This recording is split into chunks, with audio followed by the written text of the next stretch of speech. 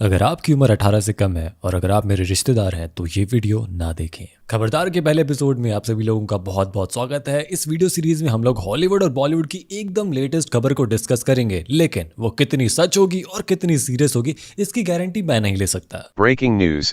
EC News जिसको sunk आपकी गान फैट जैक। तो सबसे पहली अपडेट निकल कर आ रही है जेके सिमंस की तरफ से। जेके सिमंस मार्वल और डीसी दोनों ही जगह पर अपना बड़ा कर चुके हैं, काफी बड़ा रोल कर चुके हैं। सैम राइमी के स्पाइडरमैन यूनिवर्स और एमसीयू दोनों में ही वो जे जोना जेमसन का रोल प्ले कर चुके हैं और डीसी में कमिश्नर गॉर्डन का। तो हाल ही में उनसे एक रिपोर्टर ने पूछा कि सैम राइमी की स्पाइडरमैन 4 जो कि 2011 में आने वाली थी लेकिन कैंसिल हो गई, अगर वो आज फिर से बनेगी तो क्या आप उसमें फिर से रोल प्ले करेंगे? ये सवाल सुनते ही जेके सिमंस बहुत ज्यादा भड़क गए, माँ बहन की गंदी गंदी गालियां दी और कहा, अबे सुन, पुरानी बातें भूल जा, पकड़ के झूल जा। जोक्स अपार्ट, जेके सिमंस सच में सैम राइमी के साथ काम करने के लिए बिल्कुल रेडी है, प्रोजेक्ट चाहे कुछ भी हो। अब रिपोर्टर की बात चल रही है तो पठान के प्रमोशनल इवेंट में एक रिपोर्टर शाहरुख खान से पूछता है कि पठान कितनी लंबी है सर, जिसके जवाब में शाहरुख खान ने कहा, इतनी लंबी है कि तुझे टांके लगवाने पड़ जाएंगे। पठान का कोई प्रमोशनल इवेंट नहीं हुआ है, लेकिन भरोसे वाले सूत्रों से पता चला है कि मूवी का रन टाइम लगभग 2 घंटे और 26 मिनट का है। तो हॉलीवुड में वीएफएक्स आर्टिस्ट का बहुत ही ज्यादा बुरा हाल है, हद से ज्यादा वर्कलोड, बहुत ही कम पेमेंट और फ्यूचर सस्टेनेबिलिटी का तो कोई आइडिया ही नहीं है। और इस अब्यूज में सबसे आगे माना जा रहा है मार्वल स्टूडियोज को, जो कि अपने 1 नंबर वीएफएक्स के लिए जाने जाते हैं। अब हजारों मजदूर चूतियों की तरह घिस घिस कर काम करते हैं तो वीएफएक्स तो 1 नंबर ही होगा। लेकिन रिपोर्ट निकल कर आई है कि हॉलीवुड में जितने भी वीएफएक्स स्टूडियोज है वो अपना एक यूनियन बनाने वाले हैं और इस वर्क सिस्टम को या फिर बिजनेस मॉडल को और सहन नहीं करेंगे, वो ये अब्यूज और सहन नहीं करने वाले। उन्होंने ये तक कह दिया कि सारे स्टूडियोज आदि पुरुष के लिए फ्री में काम कर लेंगे, लेकिन अगर मार्वल स्टूडियोज बात नहीं मानेगा तो हड़ताल होगी।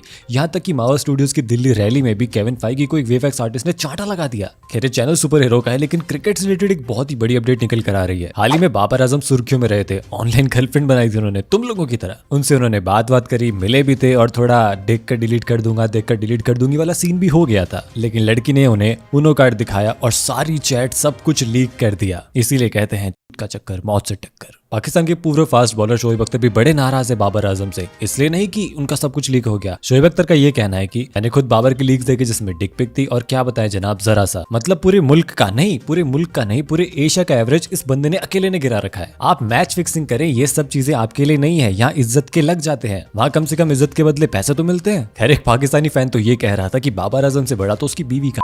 तो ऐसा कुछ लीक नहीं हुआ है, बस कुछ नॉर्मल चैट्स है और कुछ फोटोज वीडियोस वगैरह जिनमें कुछ भी एक्सप्लिसिट नहीं है। तो कल रात को अमिताभ बच्चन जी सऊदी अरेबिया में थे, जहां पर एक फुटबॉल मैच होना था पीएसजी और रियाद ऑल स्टार्स के बीच में। और शायद बिग बी अकेले ऐसे बॉलीवुड एक्टर हैं जो रोनाल्डो और मेसी दोनों से ही मिल चुके हैं, लेकिन यहाँ पर उन्होंने थोड़ा भेदभाव किया। मेसी को तो मुंह नहीं लगाया, लेकिन रोनाल्डो को भर भर के आशीर्वाद दिया, जिसके बाद रोनाल्डो गीला महसूस कर रहे थे आंखों में। खैर, इतने आशीर्वाद के बाद भी रोनाल्डो मैच हार गए, जिसको देखकर अमित जी बड़ा गुस्सा हुए थे। घात में मिला रहा है हमारी इज्जत को बहन का लंड। अगली बड़ी अपडेट आती है गोल्डन ग्लोब से। तो आरआरआर का song Naatu Naatu best song के लिए नॉमिनेट हुआ था और उसने वो अवार्ड जीत भी लिया। Many congratulations to the team. और सिर्फ गोल्डन ग्लोब्स ही नहीं, क्रिटिक्स चॉइस अवार्ड में बेस्ट सॉन्ग और बेस्ट फॉरेन लैंग्वेज फिल्म का अवार्ड भी आरआरआर को मिला है। तो इंडियन सिनेमा के लिए तो गर्व की बात है ही, लेकिन इसके चलते साउथ इंडस्ट्री आगे चलकर बड़े बड़े रिस्क लेगी और शानदार प्रोजेक्ट्स बनाएगी। अब भले ही मैं ट्विटर पर बॉलीवुड को सपोर्ट करता हूँ, लेकिन इसका ये मतलब बिल्कुल भी नहीं है कि मैं साउथ इंडस्ट्री को सपोर्ट नहीं करता। मैं केजीएफ का डाई हार्ड फैन हूँ, मैंने आज ही इडली खाई है, मैं लुंगी पहनता हूँ और मैं सपोर्ट भी कांग्रेस।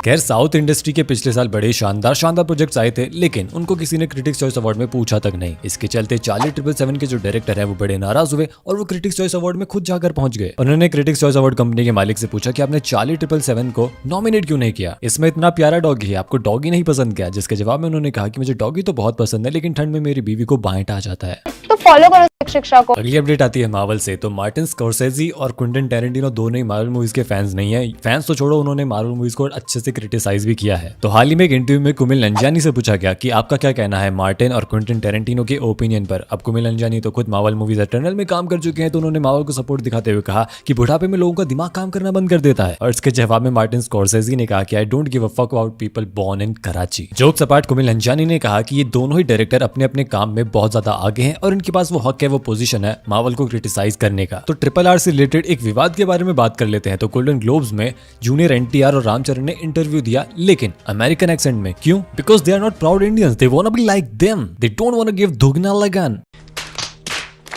अच्छा, ब्रिटिशर्स और अमेरिकन में फर्क है, ठीक है। जोक्स अपार्ट, मेरे एक ट्वीट की वजह से काफी ज्यादा मसले हो गए थे। कुछ लोगों ने मुझे ढंग से सुनाया तो कुछ लोगों ने मुझे समझाया कि जैसा देश वैसा भेष, और कुछ लोगों ने कहा कि जूनियर एनटीआर वहां पर जाकर प्रोड्यूसर्स को, डायरेक्टर्स को इंप्रेस भी तो करेगा ताकि उसे हॉलीवुड का रोल मिल जाए, जो कि बिल्कुल सही बात है। लेकिन तुम्हारे सपोर्ट तब कहा था जब प्रियंका चोपड़ा ने एक्सेंट यूज किया था, तब सब उसे ट्रोल क्यों कर रहे थे? क्यों? क्योंकि वो एक औरत है। अगर एक्सेंट यूज करना है तो घर में करे, घर के बाहर पराये मर्दों के सामने नहीं। पैन के।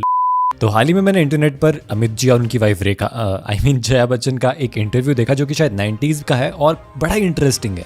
How do you rate yourself as a husband? 7.5. Jayaji?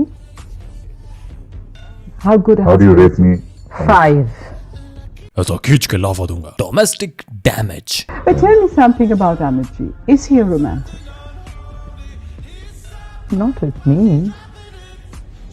Of course Jaya ji के साथ नहीं, अमित जी को पसंद है ऐसी प्रिटी वुमेन जो मगरमच्छों से भरे तालाब से भी बचकर बाहर निकल आए। तो विन डीजल से रिलेटेड एक अफवाह फैल रही थी कि वो अवतार 3 में दिखेंगे क्योंकि वो अवतार द वे ऑफ वाटर के सेट पर मौजूद थे। इस अफवाह को खारिज करते हुए विन डीजल ने कहा कि अवतार वाला परिवार जेक सली का है, वहां वो अपने परिवार खंडीरू, मेरा मतलब ड्रामा लेकर नहीं जाना चाहते और अपने फास्ट एंड फ्यूरियस वाले परिवार के साथ ही रहना पसंद करेंगे। ये सुनकर सारे रिपोर्टर्स भावुक हो गए और ये कहने लगे कि विन डीजल आप इतनी ज्ञान भरी बातें कैसे कर लेते हैं? तो इसके जवाब में विन डीजल ने कहा कि उन्होंने जिंदगी में सिर्फ 2 ही चीजें जो दी है, ज्ञान और फिजिक्स। तो यार खबरदार के पहले एपिसोड में बस इतना ही था। अगर आपको वीडियो चलेगी तो वीडियो को लाइक और शेयर कर देना और आप टाइम स्टैम्प भी डाल सकते हो कि आपको कौन सा पार्ट वीडियो का बहुत ज्यादा अच्छा लगा था। कोशिश करेंगे कि खबरदार का दूसरा एपिसोड अगली वीक आ जाए अगर ये वीडियो ब्लॉक नहीं होती है तो सी यू, टाटा, मिलेंगे अगली वीडियो में। You want, so tell me